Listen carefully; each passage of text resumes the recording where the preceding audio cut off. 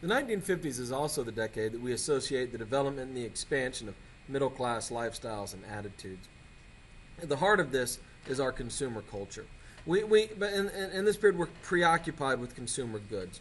It's a result of prosperity, obviously. We have more money to spend, but also advertising and an ever-increasing manufacturing capacity. We're able to make a greater variety of goods, and of course, that means people want them. Consumer credit grows by 800% from 1945 to 1957. This is really where credit cards come into their own. You notice, by the way, back in the day, they were just little pieces of paper. They weren't plastic yet.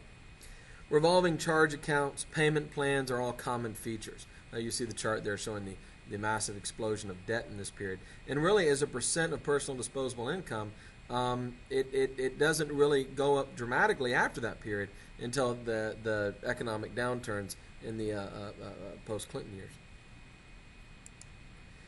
Cars become flashier and loaded with accessories.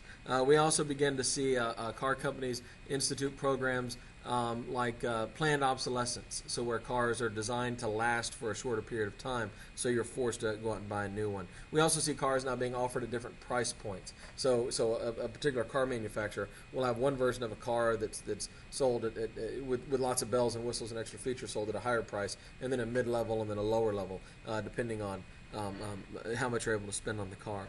But cars also become very central to our culture and central to our identity. What kind of car you drive becomes a major part of kind of who you are in society. We see the further expansion and improvement of appliances, which of course is a big deal because it means we spend a lot less time doing household chores that used to be very consuming.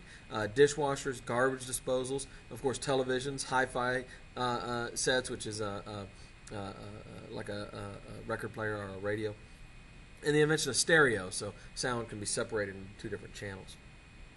National advertising, which gets to us through TV, leads to crazes. And there's all kinds of things that will come along and for a brief period of time will be something everybody seems to be doing. The hula hoop is probably the first of these great crazes. Mickey Mouse merchandise. The Mickey Mouse watch is a big fad for a while. The poodle skirt you see there. The Arthur Murray, the whole dance party thing, all the fad dances. There's always some crazy dance that everybody is trying to learn to do. Davy Crockett. I remember my dad talking to me about having all the kids had to have a coonskin cap after Davy Crockett came out. But these were all fads, all kind of trends that swept through the community. We still see these today, but they're much less severe and much less common, really.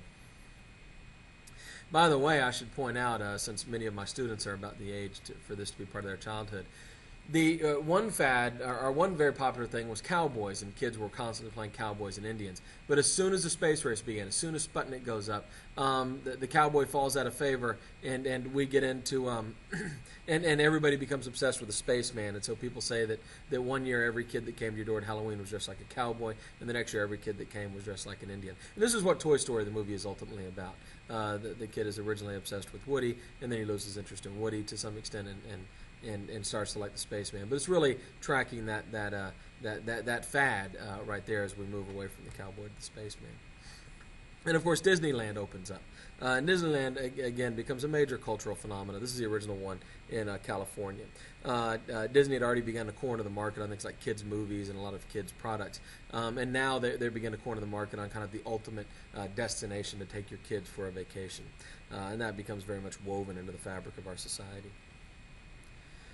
A third of America lives in the suburbs by 1960. Rising income and cheaper construction methods will make it much easier for people to move out of the city and out into the suburbs. And the idea is it's not good to raise your kid in the city. It's dirty and it's loud and it's crowded and the crime is high.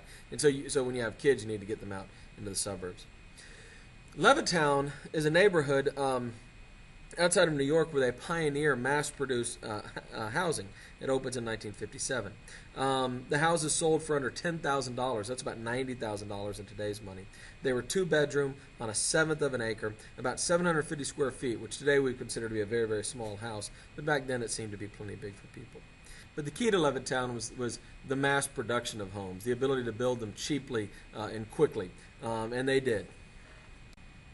The building of a house in one day is shown during the next 45 seconds by stop-motion photography.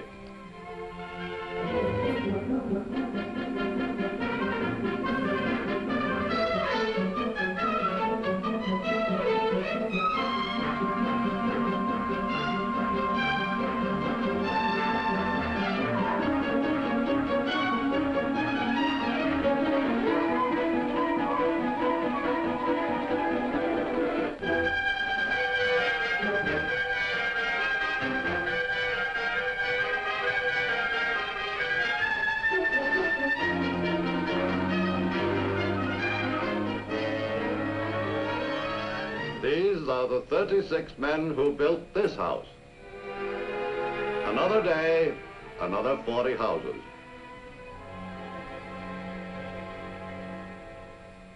Like Levittown offered privacy, security. They were quiet. They were believed to be safe, and they were safe. Statistically, crime was lower. But suburbs also led to things like more space for junk. And we began to see families getting more appliances, more cars, boats, patio furniture, barbecues, etc., etc. We began to acquire more and more things as we had more space to put them. Of course, the suburbs will also be fed by what we call white flight. This will be whites seeking to get away from minorities as schools begin to get integrated, as neighborhoods in the city begin to get integrated. Many whites don't want their families around other races, minorities. And so they will move out into the suburbs, and many, in fact probably most suburbs, had codes to keep minorities out. It was actually illegal for minorities to move into many of these suburban neighborhoods. And this allowed them to build neighborhood schools, they called them, that were de facto segregated. It wasn't that black kids weren't allowed in the school, it was that black kids weren't allowed in the neighborhood. And since everybody in the school lived in the neighborhood, you could move to that neighborhood and not have to deal with the reality of integrating schools, which is on its way. One effect of the suburbs was it deepened the division between family and work for the man. In fact, in a big city like New York City, a successful man might still keep an apartment in the city, stay there during the week, and only come home to his family on the weekends. There was still very much the idea that women ideally would stay at home and take care of the kids in the house. And men often saw shame in women working.